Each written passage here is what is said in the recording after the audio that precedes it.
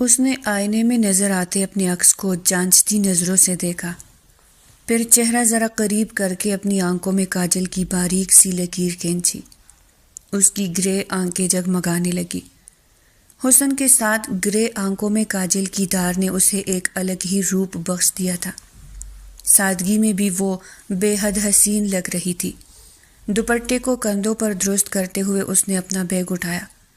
جیسے ہی وہ کمرے سے باہر نکلی، سامنے ہی شاہینہ بیگم سے آمنا سامنا ہو گیا۔ اس کے قدم بے اختیار وہی رک گئے۔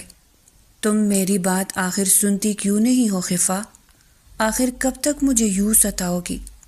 امی، انہوں نے تکے ہوئے لہجے میں کہا تھا، مروہ تم سے چھوٹی ہے، اپنے گھر کی ہو چکی ہے، اور اب تم آنٹی بھی بننے والی ہو، مگر پتہ نہیں کیوں تم اس موضوع سے بس بھاگتی ہی رہتی ہو۔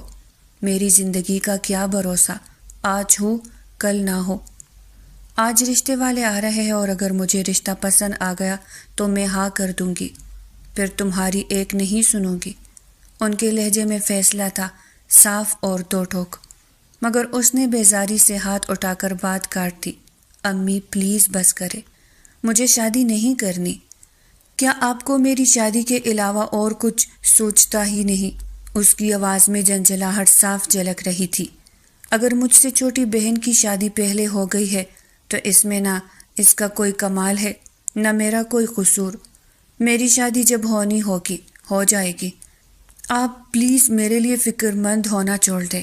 یہ کہہ کر وہ شاہینہ بیگم کو وہی پریشان چھوڑ گئی۔ تیز قدموں سے گھر سے باہر نکلتے ہوئے اس کا سارا موڈ خراب ہو چکا تھا۔ ہونٹوں میں بڑبڑاتی ہوئی وہ سڑک پر نظریں دوڑاتے ہوئے رکشے کی تلاش میں تھی۔ آج اس کے موڈ کے سوا جیسے سب کچھ ٹھیک چل رہا تھا۔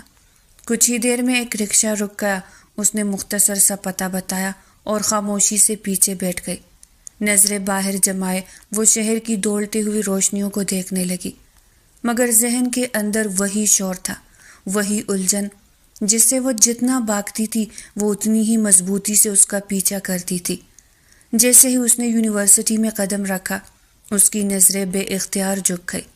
دل کی دھڑکن میں ہلکی سی تیزی آ گئی اور قدم خود بخود تیز ہو گئے۔ اسے اچھی طرح یاد تھا کہ آج اس کا لیکچر تھا۔ چھٹے سیمسٹر کے اسٹوڈنٹ کے ساتھ یہ لیکچر ہر حال میں لینا تھا، کسی بھی قیمت پر۔ وہ راہداریوں سے گزرتے ہوئے کلاس روم کے دروازے تک پہنچی، ایک گہری سانس لی، خود کو سنبھالا اور پھر اندر داخل ہوئی۔ جیسے ہی وہ کلاس میں آئی، تمام اسٹوڈنٹس اس کے احترام میں کھڑے ہو گئے۔ السلام علیکم، گڈ مارننگ میم، اس نے ہلکی سی مسکراہٹ کے ساتھ جواب دیا۔ Good morning, please sit down. وہ اعتماد کے ساتھ ڈائس کے پیچھے کھڑی ہو گئی، چہرے پر سنجیدگی طاری تھی، لہجہ پروفیشنل۔ اس نے رجسٹر کھولا اور اٹینڈنس لینا شروع کر دی۔ ایک ایک نام پکارتی گئی۔ کلاس میں صرف پریزنٹ میم کی آوازیں گونجتی رہی۔ تبھی ایک نام پر اس کا ہاتھ رک گیا، پین کی نوک کاغذ پر ٹھہر گئی۔ اس نے سامنے بیٹھے اس حد درجے کے ڈھیٹ اسٹوڈنٹ کو دیکھا، پھر دانت پیستے ہوئے غصے میں دوبارہ اس کا نام دہرایا، فصیح الرحمن ملک۔ اس کا غصے سے سرخ ہوتا چہرہ دیکھ کر وہ اپنی مسکراہٹ بمشکل ضبط کر سکا۔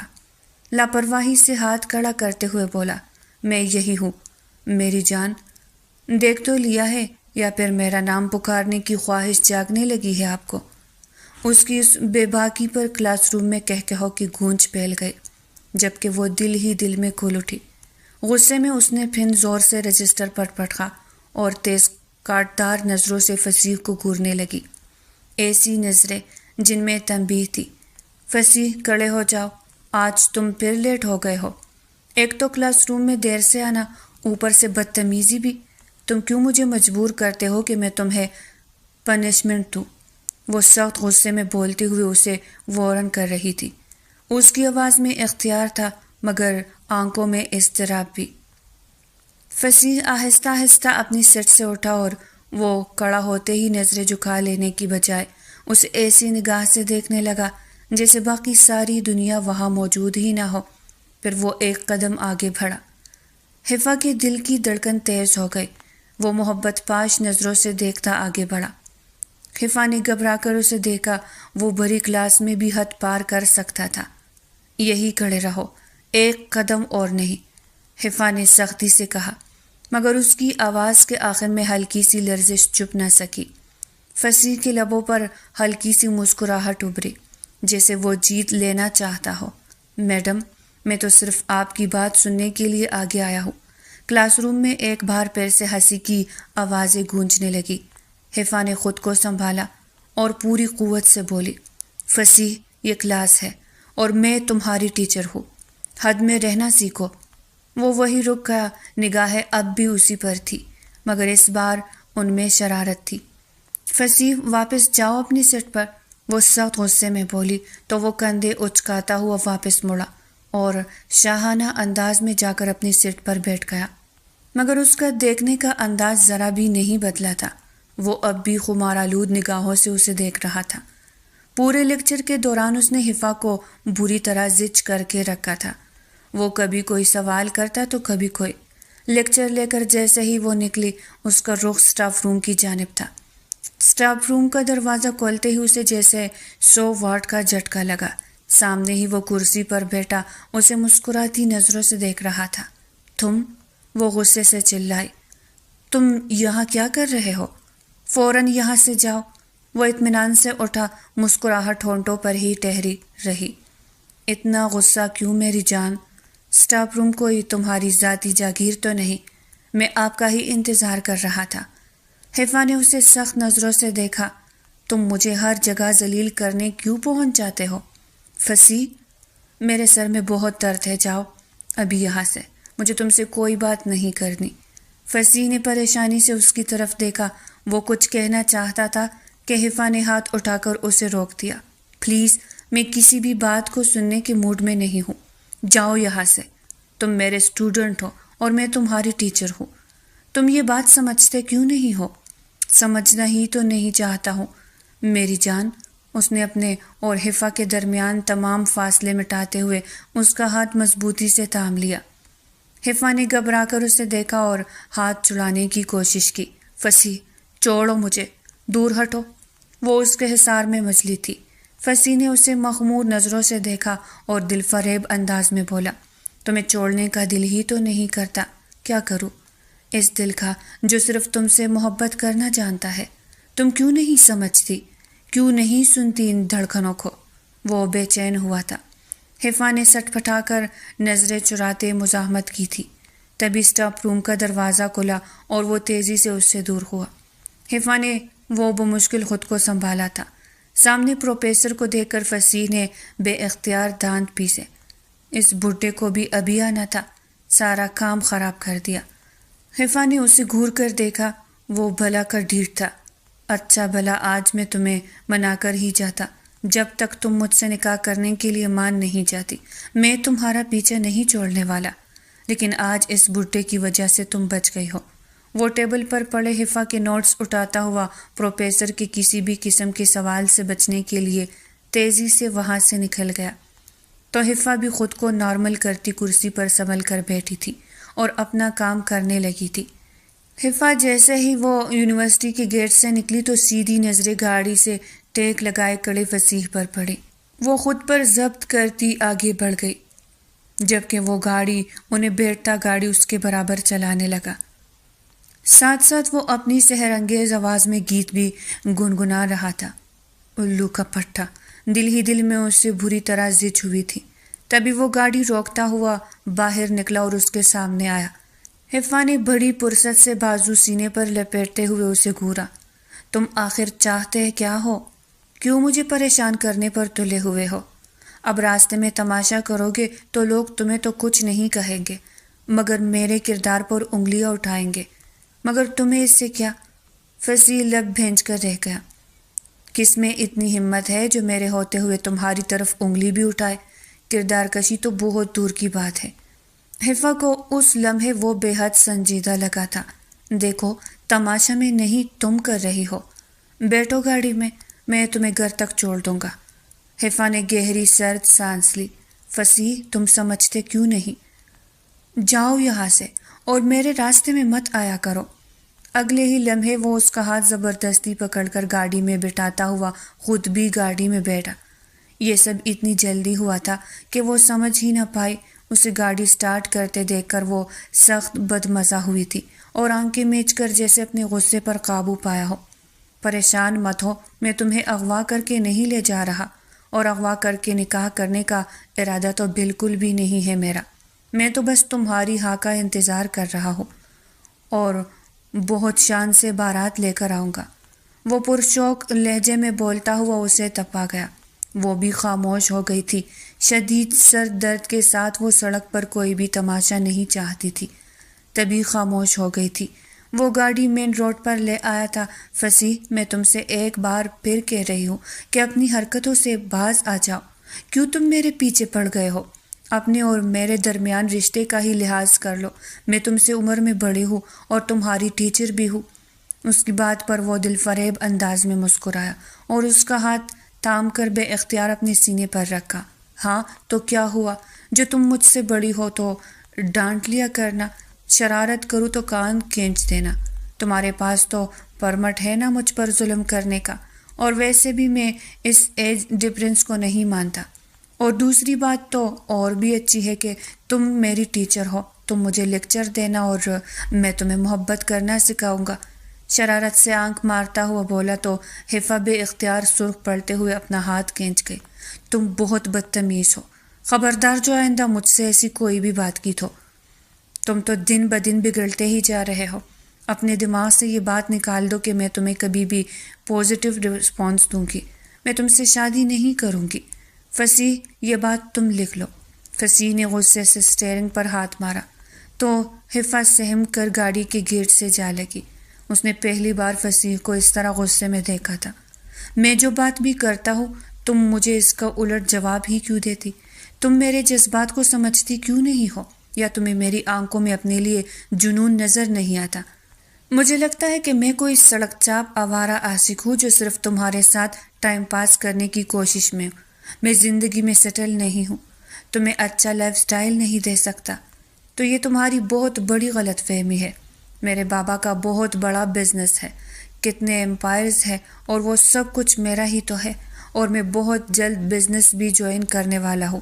میں تم سے وعدہ کرتا ہوں میں تمہیں زندگی میں کبھی بھی کسی چیز کی کمی نہیں محسوس کرنے دوں گا۔ حفا نے اسے سرد نظروں سے دیکھا۔ اس نے سوچ لیا تھا کہ وہ اس کے بڑھتے قدموں کو ضرور روکے گی۔ دیکھو، میں تم سے کافی دن سے ایک بات کہنا چاہتی تھی لیکن کہہ نہیں پائی، لیکن مجھے لگتا ہے کہ اب مجھے تمہیں بتا دینا چاہیے۔ وہ اپنی آنکھوں کی نمی پیچھے دھکیلتے ہوئے خود کو مضبوط ظاہر کرنے کی کوشش کرنے لگی۔ فصیح نے رخ موڑ کر ایک نظر اسے دیکھا۔ وہ سر جھکائے ہوئے تھی۔ میں کسی اور کو پسند کرتی ہوں۔ وہ میری پہلی محبت ہے اور میں اسے نہیں بھول سکتی اور نہ ہی اسے دور جا سکتی ہوں۔ تو پلیز تم میرا پیچھا چھوڑ دو۔ اس کی آنکھوں کی نمی گالوں پر بہتی چلی گئی تھی، جبکہ وہ حیران سا اس کی صورت دیکھتا ہوا بس اس کے الفاظ سن رہا تھا۔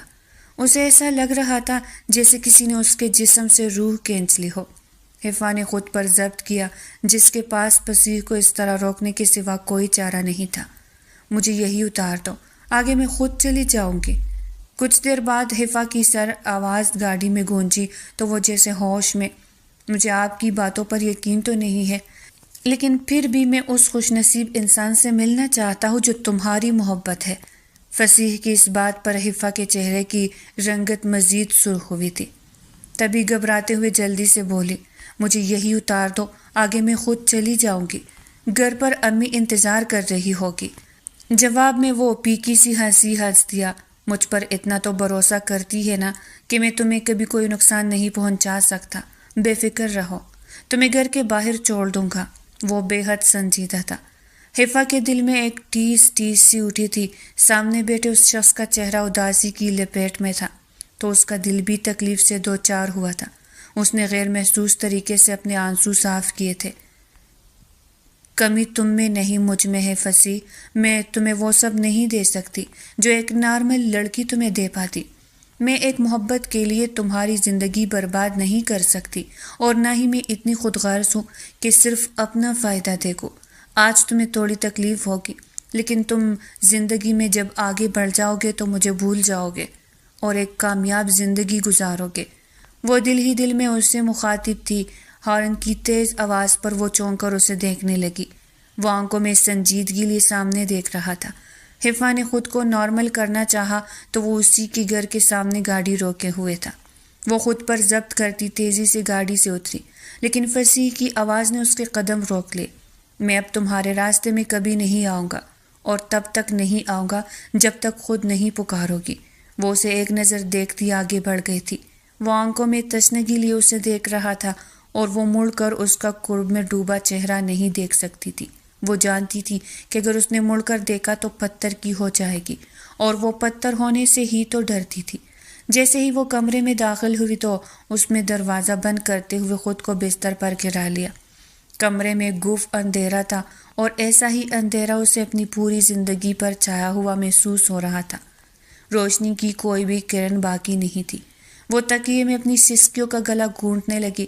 وہ اس قدر تکلیف اور اذیت میں تھی کہ اگر کوئی اس لمحے اسے یوں تڑپتے ہوئے دیکھ لیتا تو شاید اسے سمیٹ لیتا۔ وہ تکلیف کی شدت سے سسک کر رہ گئے۔ اس نے اپنی زندگی کا سب سے بڑا سچ اپنی ماں اور بہن سے بھی چھپایا تھا۔ وہ اس کی تکلیف سے ناواقف تھی۔ اسے لگتا تھا کہ وہ اس تکلیف کو اکیلے ہی سہ لے گی، لیکن کبھی کبھی اسے لگتا تھا کہ وہ لمحہ بلمحہ ٹوٹ رہی ہے، اور ایسا ہی تھا۔ وہ کمزور پڑنے لگی تھی۔ سب کے سامنے مضبوط نظر آنے والی حفا رات کے اندھیرے میں اپنی سسکیاں دباتے ہوئے اپنی تکلیف کو اکیلے ہی سہ لیتی تھی۔ اس کے ضبط کا بندھن ٹوٹنے والا تھا۔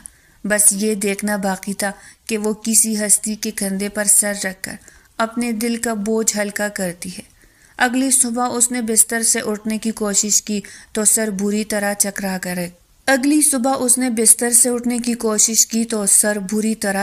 کے رہ گیا۔ اس نے دوپٹہ کندھوں پر ڈالتے ہوئے خود کو سنبھالنے کی کوشش کی۔ اسے اپنا پورا وجود تیز آنچ میں جلتا ہوا محسوس ہوا۔ شاہینہ بیگم نے اس کے کل کے خراب موڈ کی وجہ سے اسے دوبارہ سے بلانا بھی گوارا نہیں کیا تھا۔ وہ منہ ہاتھ دھو کر کچن میں چلی آئی۔ کچن میں آئی تو سامنے ہی شاہینہ بیگم بیٹی اکیلے ہی ناشتہ کر رہی تھی۔ انہوں نے اسے دیکھتے ہی رخ موڑ لیا تھا۔ وہ بھی سر جھٹکتی اپنے لیے چائے نکالنے لگی۔ اس کا سرخ چہرہ دیکھ کر شاہینہ کے دل کو کچھ ہوا تھا، لیکن ماں ہونے کے ناطے وہ اسے اپنی ناراضگی دکھانا چاہتی تھی، لیکن وہ تو جیسے ہر احساس سے عاری ہو گئی تھی۔ میں نے تمہارے لیے رشتہ دیکھا ہے، اور وہ لوگ جلد ہی تمہیں دیکھنے کے لیے آئیں گے، اور تم خود کو تیار کر لینا۔ میں کوئی بات نہیں سنوں گی تمہاری اب، انہوں نے سخت لہجے میں کہا تو وہ لب بھینج کے رہ گئی۔ میں نے بھی آپ سے کہا ہے کہ مجھے شادی نہیں کرنی، تو آپ کیوں زبردستی میری شادی کروانا چاہتی ہے؟ وہ بے بسی سے بولی تو شاہینہ نے ہاتھ اٹھا کر اسے بولنے سے منع کیا۔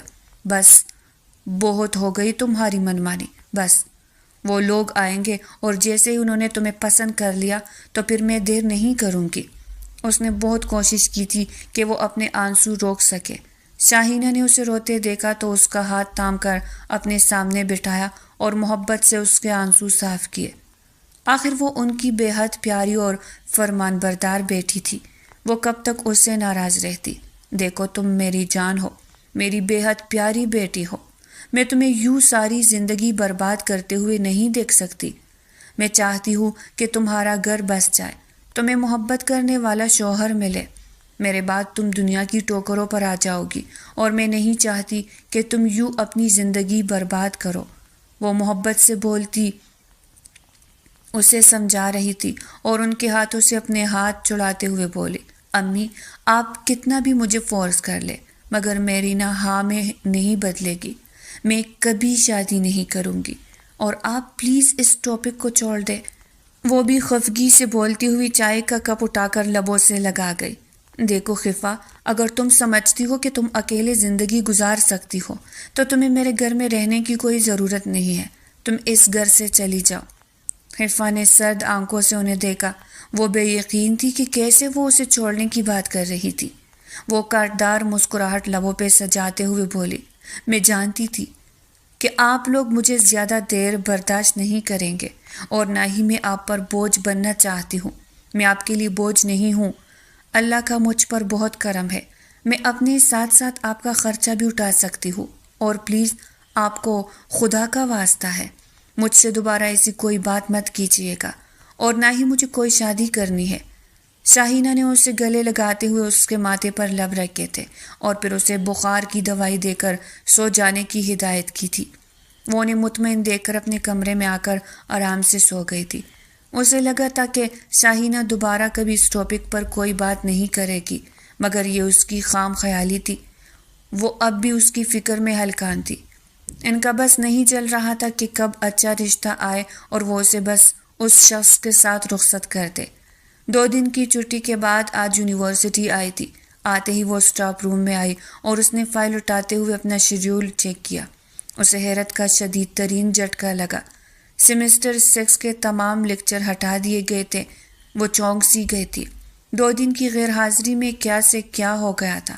اس کا دل ہر چیز سے جیسے اچاٹ ہو گیا تھا، لیکن پھر خود ہی سر چٹک کر ہلکا سا مسکرائی تھی۔ اچھا ہے نا، میرا دل بھی بہل جائے گا۔ ایک ہی دن میں ایسا لگتا تھا جیسے یونیورسٹی کی کھایا ہی پلٹ گئی۔ ایسا لگ رہا تھا ساری یونیورسٹی سنسان سی ہو گئی ہے۔ اتنے اسٹوڈنٹس ہونے کے باوجود بھی ایک عجیب سی خاموشی ہر طرف چھائی ہوئی تھی۔ بہت اچھی بات ہے یہ تو، وہ خود کو تسلی دیتے ہوئے اپنا لیکچر دیکھنے لگی اور پھر فائل اٹھاتی ہوئی اسٹاف روم سے باہر نکل گئی۔ اسے آج کلاس لینی تھی۔ وہ کلاس لے کر باہر نکلی تو غیر ارادی طور پر نگاہ فصیح کی جانب اٹھی۔ وہ اپنے دوستوں سے کسی بات پر کھلکھلا کر ہنستا ہوا اس لمحے بہت دلکش لگ رہا تھا۔ زندگی سے بھرپور وہ حیران ہوئی۔ جب سے وہ اس یونیورسٹی میں آئی تھی، یہ پہلا دن تھا جب اس کی موجودگی محسوس کر کے بھی وہ اس کی طرف متوجہ نہیں ہوا تھا۔ ویسے ہی وہ اپنے دوستوں سے بات کرتا منظر سے غائب ہو چکا تھا۔ وہ بھی غائب دماغی سے اس کی طرف دیکھتی رہی تھی۔ یہ کیسے ہو سکتا تھا کہ وہ ارد گرد ہو اور فصیح اس کی موجودگی کو محسوس نہ کرے؟ اس کے منظر سے ہٹتے ہی وہ بھی وہاں سے چلی گئی تھی۔ گھر آ کر بھی سارا دن وہ اس کے بارے میں سوچتی رہی۔ جب سوچ کر تک گئی تو تمام تر ہمت جمع کرتی وہ اٹھ کر پیپر چیک کرنے لگی، لیکن اس کا دل بے حد بوجھل سا ہو رہا تھا۔ یونیورسٹی میں اسپورٹس شروع ہونے والی تھی، جس کی وجہ سے کلاسز نہ ہونے کے برابر تھی، اور اسٹوڈنٹس بھی بس ٹولیوں کی صورت میں کڑے گپے ہانکتے نظر آتے تھے۔ وہ بھی آج لیکچر لینے نہیں گئی تھی۔ اس نے اسٹاف روم کی کھڑکی سے باہر جھانکا تو سامنے ہی اسے وہ کسی لڑکی سے بات کرتا نظر آیا۔ وہ ہنس رہا تھا، اس کا چہرہ سرخ ہو رہا تھا۔ وہ منظر سپاٹ نظروں سے دیکھتی رہی، جیسے اسے فرق نہیں پڑتا تھا کہ فصیح کیوں اس لڑکی کے ساتھ ہے۔ دل میں کہیں نہ کہیں یہ سوچ ضرور قبضہ جمائے بیٹھی تھی، اگر وہ بالکل ٹھیک ہوتی تو اس لڑکی کی جگہ آج وہ خود ہوتی۔ اس سوچ نے جیسے اس کے دل پر حملہ کیا تو وہ جیسے اپنی تکلیف کو چھپاتی ہوئی وہاں سے ہٹ گئی۔ غیر ارادی طور پر اسی لمحے فصیح کی نظریں بھی اس کی جانب اٹھی تھی۔ اس کی سرخ بھرائی ہوئی آنکھیں دیکھ کر چونک گیا تھا۔ رات بھر جاگنے کی وجہ سے اس کی آنکھوں میں ہلکی ہلکی سوجن اور سرخی باقی تھی۔ وہ لڑکی اسے نہ جانے کیوں دھتکار رہی تھی، اس کے دل پر جیسے زخم دے رہی تھی۔ وہ اسے منہ پر کہہ گئی تھی کہ وہ کسی اور کو پسند کرتی ہے۔ اگر وہ کسی اور کو پسند کرتی تھی تو پھر اس کے چہرے پر یہ اداسی کیوں تھی؟ وہ اکثر سوچ میں پڑ جاتا تھا۔ اس کے دل میں جیسے آگ سے بھڑک اٹھی تھی۔ وہ جتنا بھی خود کو بچانے کی کوشش کرتا، وہ آگ اتنی ہی زیادہ شدت سے جلنے لگتی تھی۔ اس لمحے وہ اپنی کزن کے ساتھ کھڑا تھا جو نئی نئی یونیورسٹی میں آئی تھی۔ وہ اسے اس کے ڈپارٹمنٹ اور یونیورسٹی کی باتیں بتا رہا تھا۔ تبھی اسے خود پر کسی کی نظروں کی تپش محسوس ہوئی تو اس نے سر اٹھا کر دیکھا تو سامنے ہی اسے حفا نظر آئی۔ وہی سے ہی دیکھ رہی تھی، پر وہ اندر ہی اندر اس سے خفا تھا، لیکن وہ اس کے بات کرنے کا منتظر تھا، اس لیے وہ اس کو اگنور کرنے کی گستاخی کر رہا تھا۔ جب اس نے محسوس کیا تو اس نے کھڑکی کی طرف دیکھا تھا۔ اس کا دل نہ جانے کیوں ہر چیز سے جیسے اچاٹ سا ہو گیا تھا۔ جیسے ہی وہ گھر داخل ہوئی تو شاہینہ بیگم اور مروہ جیسے اس کے انتظار میں بیٹھی ہوئی تھی۔ آج وہ لوگ اسے دیکھنے آنے والے ہیں اور مجھے وہ لوگ بہت پسند ہے۔ دیکھنے میں کیا ہی جاتا ہے، وہ لوگ میری خواہش پر ہی اسے پسند کرتے ہی انگوٹھی پہنائے جائیں گے۔ انہوں نے اس کی جانب دیکھتے ہوئے جیسے اسے سنانے کی کوشش کی تھی۔ اس کے مسلسل انکار پر اب شاہینہ بیگم نے خود کو بھی فورس کرنا چھوڑ دیا تھا، لیکن مروہ اس نے جیسے ہمت نہیں ہاری تھی، وہ ہر حال میں اس کی شادی کروانا چاہتی تھی۔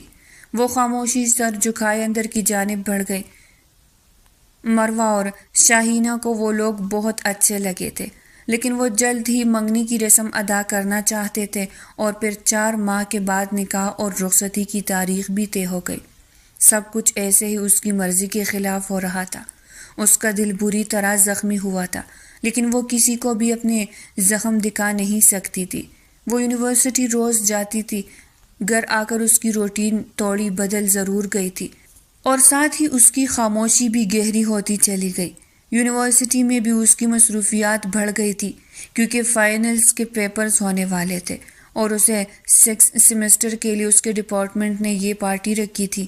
وہ ان کی بہت اچھی ٹیچر تھی، اور اس کا اسٹوڈنٹس کے ساتھ ماحول بھی دوستانہ تھا، اور ان سب نے ڈیسائیڈ کیا تھا کہ وہ اسے بہترین پارٹی دیں گے۔ اس سب کی محبتوں پر وہ انکار نہیں کر سکی تھی۔ بہت دنوں کے بعد اسے لگا تھا جیسے اس کے اندر کوئی تبدیلی رونما ہوئی ہے، اسی لیے وہ مکمل طور پر تیار ہو کر پارٹی کے لیے نکلنے والی تھی۔ پارٹی رات کے وقت ہی، اسی لیے شاہینہ بیگم کو اس کے حوالے سے پریشانی تھی، لیکن اس کی خاموشی کی وجہ سے انہوں نے زیادہ سوال نہیں کیے تھے۔ فواد اس کے ماموں کا بیٹا تھا۔ انہوں نے فواد کو بھلا کر اسے چھوڑنے کا کہا تھا، اور فواد کے ساتھ اس کے تعلقات کچھ اچھے نہیں بھی تھے، تو اتنے برے نہیں تھے کہ وہ رات کے اس کے ساتھ نہ جاتی۔ وہ یونیورسٹی پہنچی تو ہر طرف چہل پہل سی لگی ہوئی تھی۔ اسٹوڈنٹس، ٹیچرز، سب ایک دوسرے سے باتوں میں مصروف مکمل طور پر پارٹی کو انجوائے کر رہے تھے۔ وہ بھی مسکراتی ہوئی اپنی کولیگ کی طرف بڑھ گئی۔ ان کے ہنستے مسکراتے چہرے اسے بہت بھلے لگ رہے تھے۔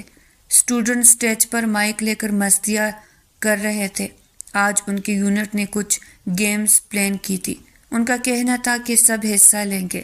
پہلے انہوں نے ٹیچرز پر کچھ فنی اشعار پڑھے، اس کے بعد وہ ٹیچر اور اسٹوڈنٹس کے ساتھ گیمز کھیلنے لگے۔ خفا کو جس شخص کا انتظار تھا وہ اسے کہیں بھی نظر نہیں آیا تھا۔ اس کو ایک دم سے ماحول کٹن زدہ سا لگنے لگا تھا۔ وہ ویسے ہی بوجھل دل کے ساتھ باہر نکل آئے۔ جیسے ہی وہ باہر نکلی تو حال میں انٹر ہوتے فصیح پر نظر جا ٹھہری۔ وہ اپنا بیلنس برقرار نہیں رکھ پائی تھی۔ اس سے پہلے کہ وہ نیچے گرتی، فصیح نے تیزی سے اسے تام لیا تھا اور پھر باہوں میں سنبھال لیا۔ وہ سیدھی کڑی ہوتی کجل سی ہو گئی تھی، کیونکہ غلطی سراسر اس کی اپنی تھی۔ وہ بنا کچھ کہے اس کی طرف دیکھے، بنا کوئی جواب دیے بنا اندر کی طرف بڑھ گیا، جبکہ وہ اپنی آنکھوں میں آئی نمی کو پلکیں چپک کر کنٹرول کرنے لگی۔ وہ خود کو سنبھالتی گراؤنڈ میں آ گئی۔ وہاں پر کچھ اسٹوڈنٹس آتش بازی کر رہے تھے۔ وہ بھی بینچ پر بیٹھی آسمان کو چند لمحوں میں روشن اور لمحوں میں واپس تاریخ ہوتے ہوئے دیکھ رہی تھی۔ وہ بیٹی اوپر دیکھنے میں اتنی مگن تھی کہ اسے پتہ ہی نہ چلا کب ایک پٹاخہ آ کر اس کے بالکل برابر میں گرا اور اس کے دوپٹے کے پلو میں آگ لگا چکا تھا۔ وہ ویسے ہی بیٹی تھی جب مفسرین نے دوڑ کر اس کی طرف آتے ہوئے اس کو بازو سے پکڑ کر کھینچ کر کھڑا کیا، اور ساتھ ہی بلا کی تیزی سے اس کا دوپٹہ کھینچ کر اس سے الگ کیا تھا۔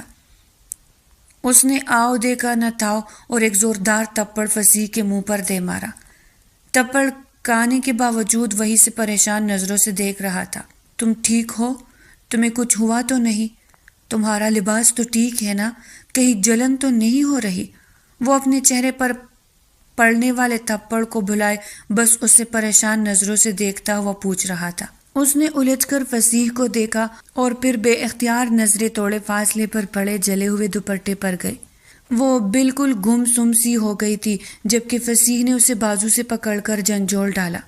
میں تم سے کچھ پوچھ رہا ہوں، تمہیں سنائی نہیں دیتا؟ تم ٹھیک ہو نا؟ اس کی آنکھیں آنسو سے بھر آئی تھی۔ اس نے نظریں اٹھا کر فصیح کی آنکھوں میں دیکھا اور پھر بمشکل بولی، میں ٹھیک ہوں فصیح۔ وہ اس شخص کی محبت پر حیران تھی۔ اس نے خود حفا سے کہا تھا کہ وہ اس کے سامنے نہیں آئے گا اور نہ ہی کبھی اس کے راستے میں خود سے آئے گا، لیکن آج اس کو اس طرح مشکل میں دیکھ کر وہ سب باتیں بلائے اس کی طرف دوڑ پڑا تھا، اور اس کا تپڑ کھانے کے باوجود بھی وہ اس کے لیے ہی فکر مند تھا۔ کہیں اسے کچھ ہو تو نہیں گیا؟ تم چلو میرے ساتھ، میں تمہیں ڈاکٹر کے پاس لے جاتا ہوں۔ وہ کڑے ہوتے ہوئے اپنی جیکٹ اتار کر اس کے گرد پھیلائی. وہ بے حد سنجیدہ تھا. تبھی حفا نے سر نفی میں ہلایا. نہیں، میں ٹھیک ہوں، مجھے کچھ نہیں ہوا. آئی ایم سوری، مجھے تمہارے ساتھ اس طرح نہیں کرنا چاہیے تھا. I am sorry. وہ سخت شرمندہ ہوئی تھی. تبھی وہ اس کے چہرے پر نظر جماتے ہوئے نرم لہجے میں بولا تھا. اپنا خیال رکھا کرو، بس اگر تمہیں کچھ ہو جاتا تو. وہ کھڑا بے چینی سے اپنے بھالوں میں ہاتھ پھیرتا ہوا بولا. خفا، وہ اس کی سرخ نم ہوتی ہوئی آنکھیں دیکھ کر صدمے سے اسے پکارا تھا. خفا نے رخ موڑ لیا تھا. وہ اس کی آنکھوں میں دیکھنے سے گریز کر رہی تھی. چلو تم پریشان مت ہو، میں تمہیں گھر چھوڑ دیتا ہوں. وہ ایک دم سپاٹ لہجے میں بولتا آگے بڑھا. وہ اپنے گرد پھیلی اس کی جیکٹ کو مضبوطی سے پکڑتے ہوئے اس کے پیچھے ہی قدم بڑھا گئی. فصیح، مجھے تم سے بات کرنی ہے، بہت ضروری. کار میں بیٹھتے ہوئے وہ جلدی سے بولی تھی. فصیح نے بنا کچھ کہے گاڑی آگے بڑھائی تھی. تم سن رہے ہو مجھے؟ تم سے ضروری بات کرنی ہے. وہ اس کی طرف مکمل روح موڑے بیٹھی تھی. اس کے نہ ریسپانس کرنے پر وہ غصے سے بولی تھی. تبھی فصیح نے گاڑی ایک پارک کے باہر پارک کی تھی. گاڑی سے باہر نکلتے ہی گھوم کر وہ اس کی طرف آیا اور گاڑی کا دروازہ کھولا. باہر آؤ، کہیں بیٹھ کر بات کرتے ہیں.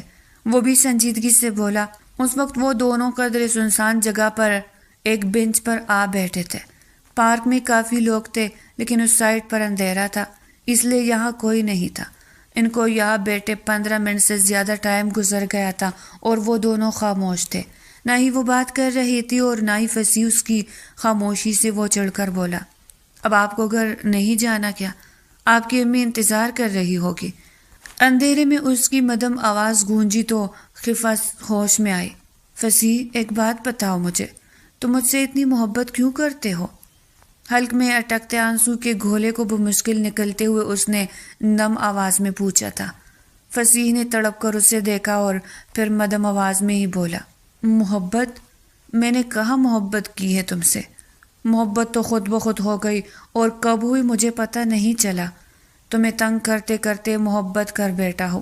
اگر پتہ ہوتا کہ تمہاری طرف دیکھنا بھی میرے دل کے لیے ایک ناسور بن جائے گا تو میں شاید تمہاری طرف نگاہ بھی نہ کرتا. وہ بے بسی سے بولا تھا. اس کے آخری الفاظ نے حفا کے دل میں جیسے ہلکی سی مچائی تھی. کیوں نہیں دیتے تم میری طرف؟ وہ اس کی طرف رخ کرتے ہوئے غصے سے بولی تھی. فصیح نے اس کی آنکھوں میں دیکھا. تب تمہیں نہ دیکھنے پر اتنی تکلیف نہیں ہوتی تھی، لیکن اب تمہیں دیکھتا ہوں تو بہت تکلیف میں آ جاتا ہوں. تم نے میری محبت کو ٹکرایا ہے اور تم سمجھتی ہو کہ ٹکرائے جانے کے بعد میں بہت سکون میں ہوں. مجھے لگتا ہے کسی دن میرا دل تمہیں یاد کرتے کرتے یوں ہی دھڑکنا چھوڑ دے گا. وہ اس کی آنکھوں میں دیکھتے ہوئے بولا. فصیح، وہ بے بسی سے بولی تھی. آنکھوں سے آنسو تیزی سے گرنے لگے تھے. تم مجھے بھول جاؤ فصیح، میں تمہاری کبھی نہیں ہو سکتی. کچھ نہیں رکھا اس محبت میں تمہارے لیے بالکل بھی ٹھیک نہیں ہوں. اس نے اپنے جذبات کا گلا گھونٹتے ہوئے کہا.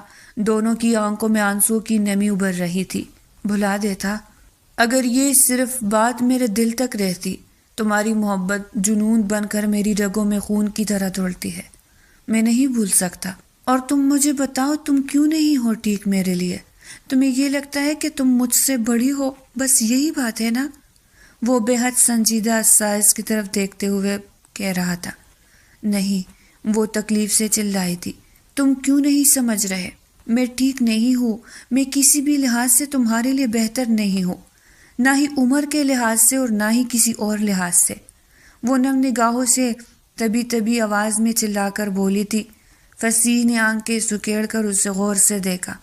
وہ کیا کہنے کی کوشش میں تھی وہ کچھ سمجھ نہیں سکا، اور خفا اس سے زیادہ اسے بتانے کی پوزیشن میں نہیں تھی. وہ اس کے لیے نامحرم تھا. اس نے آج تک یہ بات اپنی ماں اور بہن تک سے شیئر نہیں کی تھی، اور آج اسے اس کے سامنے وہ کیسے بول دیتی؟ جب وہ اپنے قریب رشتوں سے شیئر نہیں کر سکتی تھی تو اس کے سامنے کیا بولنے جا رہی تھی؟ اس پر انکشاف ہوا تو وہ خاموش ہوتی ہوئی اپنے دونوں ہاتھ اپنے ہونٹوں پر رکھ گئی. شرم اور شرمندگی ایک ساتھ اس پر غلبہ کرنے لگی تھی. کیا کہہ رہی ہو تم خفا؟ کوئی بات ہے کیا؟ کس لحاظ سے تم ٹھیک نہیں ہو میرے لیے؟ بتاؤ مجھے. وہ اس کی غیر ہوتی حالت دیکھتے ہوئے اسے بازو سے پکڑ کر پوچھ رہا تھا۔ تبھی اس نے ایک دم سے فصیح کے بازو جھٹک کر اپنے اور اس کے درمیان فاصلہ بڑھایا۔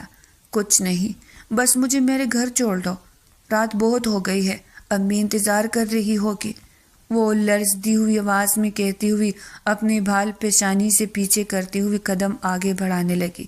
وہ بھی پرسوچ نظروں سے دیکھتا ہوا اس کے پیچھے لپکا تھا۔ سارے راستے ان دونوں کے درمیان گہری خاموشی چھائی ہوئی۔ وہ اس سے بات کرنا چاہتا تھا پر اس کی حالت دیکھتے ہوئے خاموش رہنا ہی بہتر سمجھا تھا۔ گاڑی اس کے گھر کے باہر رکی تو وہ بنا کچھ بھی کہے تیزی سے گاڑی سے باہر نکلی تھی، جبکہ وہ اسے تب تک دیکھتا رہا جب تک وہ گھر کے اندر داخل نہیں ہو گئی تھی۔ زندگی واپس اپنی روٹین سے گزرنے لگی تھی۔ خفا نے اس کے سامنے بالکل جانا چھوڑ دیا تھا۔ پیپرز کے دوران اس کی ڈیوٹی لگی ہوئی تھی، لیکن فصیح کی کلاس میں اس نے HOD سے ریکویسٹ کر کے اپنی ڈیوٹی چینج کروا لی تھی۔ اسی دوران فواد کی شادی کے دن بھی قریب آ گئے تھے۔ اس نے اپنی پسند اپنی مرضی سے لڑکی چنی تھی اور بے حد خوش بھی تھا۔ اس نے اپنے کولیگز کو فواد کی شادی کے کارڈ بانٹے تھے۔ ابھی بھی وہ پیپرز کی ڈیوٹی دینے کے بعد اپنی گلی کے پاس ٹرے کارڈ پکڑا رہی تھی۔ بسم آپ شادی پہ ضرور آنا، وہ ہنس کر بولی تھی، تو وہ بھی ہنستے ہوئے بولی، میں آپ کی شادی پر ضرور آؤں گی، اور یہی الفاظ پاس سے گزرتے فصیح نے بخوبی سن لیے تھے۔ اس کے لیے یہ خبر کسی دھماکے سے کم نہیں تھی۔ آج اس کا آخری پیپر تھا۔ جیسے ہی وہ پیپر دے کر باہر نکلا تھا تو اسے خفا دوسری ٹیچرز کے ساتھ کھڑے نظر آئی تھی۔ وہ اسی کی طرف بڑھ رہا تھا جب سامنے کھڑی ٹیچر کی بات سنتے ہوئے اس کے سر پر آسمان گرا تھا۔ وہ اپنے دل کی غیر ہوتی حالت پر کنٹرول کرتے ہوئے وہاں سے غائب ہو گیا تھا۔ بسمہ نے مسکراتے ہوئے وفا کی جانب دیکھا جو ایک دم سے سنجیدہ ہو گئی تھی۔ کیسی باتیں کر رہی ہے بسمہ؟ میری شادی پر؟ لیکن میری شادی تو نہیں ہو رہی ہے نا؟ بسمہ اس کی پریشان صورت دیکھ کر ہنس دی اور پھر مسکراتے ہوئے بولے، ارے نہیں پاگل، تم نے تو میری بات مکمل سنی ہی نہیں۔ میں تم سے یہ کہنا چاہتی تھی کہ ابھی میں بہت بزی ہوں، تمہارے بھائی کی شادی اٹینڈ نہیں کر پاؤں گی، تو پھر میں تمہاری شادی پر ضرور آؤں گی، میں یہ کہنا چاہتی تھی۔ اس کی بات سن کر وہ بھی مدھم سا مسکرائی تھی۔ وہ تو یوں ہی ہنستے مسکراتے اپنے اپنے راستے ہو چلی۔ اس نے پارکنگ میں فصیح کو اپنے دوستوں کے گرد کھڑے دیکھا۔ وہ لوگ کافی پریشان لگ رہے تھے۔ فصیح کی حالت خراب لگ رہی تھی۔ وہ چاہ کر بھی خود کو اس کی طرف بڑھنے سے نہیں رک پا رہی تھی۔ فصیح تم ٹھیک ہو؟ وہ اس کے قریب جاتے ہوئے بولی تھی تو اس نے زخمی نگاہوں سے اس کی جانب دیکھا تو وہ سہم کر رہ گئی۔ آپ نے مجھے زندگی بھر کے لیے زخم دیا ہے خفا، اور پھر پوچھتی ہو کہ میں ٹھیک ہوں یا نہیں؟ تمہیں میری حالت دیکھ کر نہیں لگتا کہ میں کس قدر تکلیف میں ہوں؟ وہ تلخ لہجے میں بولتا اپنے ہاتھ اپنے دوستوں سے چھڑواتا ہوا گاڑی کی جانب بڑھ گیا اور گاڑی لمحوں میں منظر سے غائب ہو گئی تھی۔